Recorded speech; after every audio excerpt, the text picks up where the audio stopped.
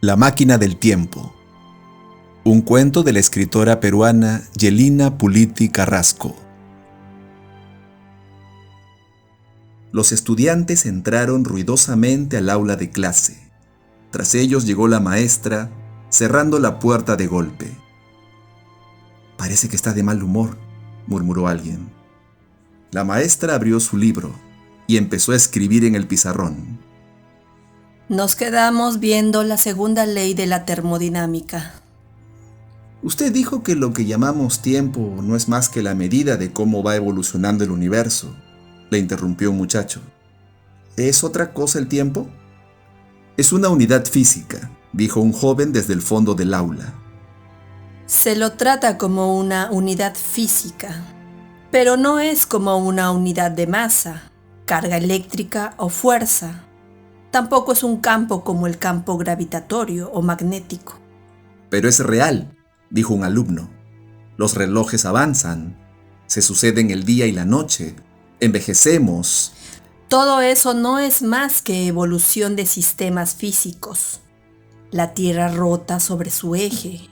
Un reloj se basa en la oscilación de un cristal de cuarzo y un organismo vivo es, en última instancia, una complejísima red de reacciones químicas. ¿O acaso no recuerda su curso de biología?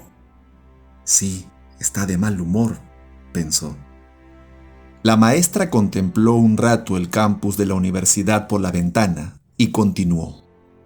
Tiempo significa cambio, que algo no es estático, no existe por sí solo. Cuando en una fórmula que describa un sistema físico vean la variable del tiempo, deben pensar siempre que ese sistema está cambiando.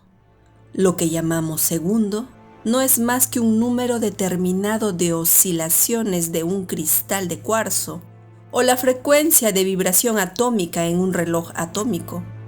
En conclusión, nuestro segundo es más un acuerdo internacional que una unidad física real. Pero si la velocidad se mide en distancia recorrida por unidad de tiempo, implica que el tiempo es parte del sistema físico. Es una variable física más.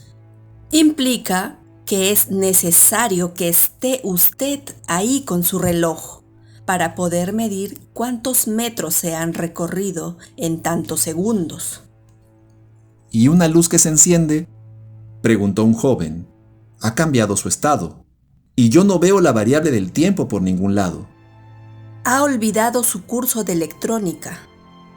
Cuando usted enciende una luz, lo que obtiene es una corriente eléctrica, electrones moviéndose por un cable. ¿En qué se mide la corriente eléctrica? Amperios. O lo que es lo mismo, joules sobre segundos. Profesora, entonces, es imposible crear una máquina del tiempo, pues sería poner a todo el universo en un estado anterior, incluyendo nuestros cerebros, quitar toda la información que se almacenó después, poner las neuronas como estaban antes. Sí, así es. Por eso, un viaje al pasado es una falacia. Está bien para la ciencia ficción, pero no es realizable. Es una violación directa a la segunda ley de la termodinámica, que dicta que la energía disipada como calor o luz se pierde y no puede volver a utilizarse. Para hacerla volver a su origen se requiere extraer más energía de otro lugar. Y esta ley es la que explica por qué las estrellas se apagan, por qué el agua hervida se enfría, por qué necesitamos comer y por qué envejecemos. Si quisiéramos hacer que solo la parte del universo que nos concierne, el universo observable, regresara a un estado anterior, necesitaríamos muchísima energía y tendríamos que sacarla de alguna otra región, envejeciéndola prematuramente. No, señores, no hay forma de regresar en el tiempo. Eso es solo un sueño.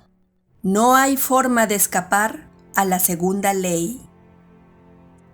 Un murmullo de decepción recorrió el aula. Y ahora comencemos con la clase. Viajar en el tiempo no solo era un absurdo, sino también un error. Ya en el año 4027, lo habían logrado por primera vez, y el resto del milenio se lo gastaron viajando al pasado y al futuro, reduciendo el universo observable a un volumen regido por el caos y el aumento incontrolable de la entropía. La maestra, cuyo nombre clave era L450, había presenciado la decadencia total del cosmos desde una de las naves que intentaron escapar. En un último intento para salvarse, ella se había ofrecido viajar al pasado para evitar que una maestra universitaria hablara a sus alumnos acerca de los viajes en el tiempo, y que un inocente joven, muchos años después, no inspirara a su nieta con esas historias, y que ésta, al hacerse mayor, no desarrollara la teoría de los campos cuánticos temporales. L450 sabía que una vez descubierta esta teoría, se requirieron pocos siglos para deducir teóricamente que es posible manipular el tiempo, regresar al pasado y violar la segunda ley. Esta manipulación se parecía mucho a intentar hallar la frecuencia de resonancia de una tela de araña, tocándola con los dedos, pero procurando no romperla. Y a partir de ese momento, solo debieron pasar algunas décadas para poder llevar la teoría a la práctica, realizar el primer viaje en el tiempo e iniciar la catástrofe.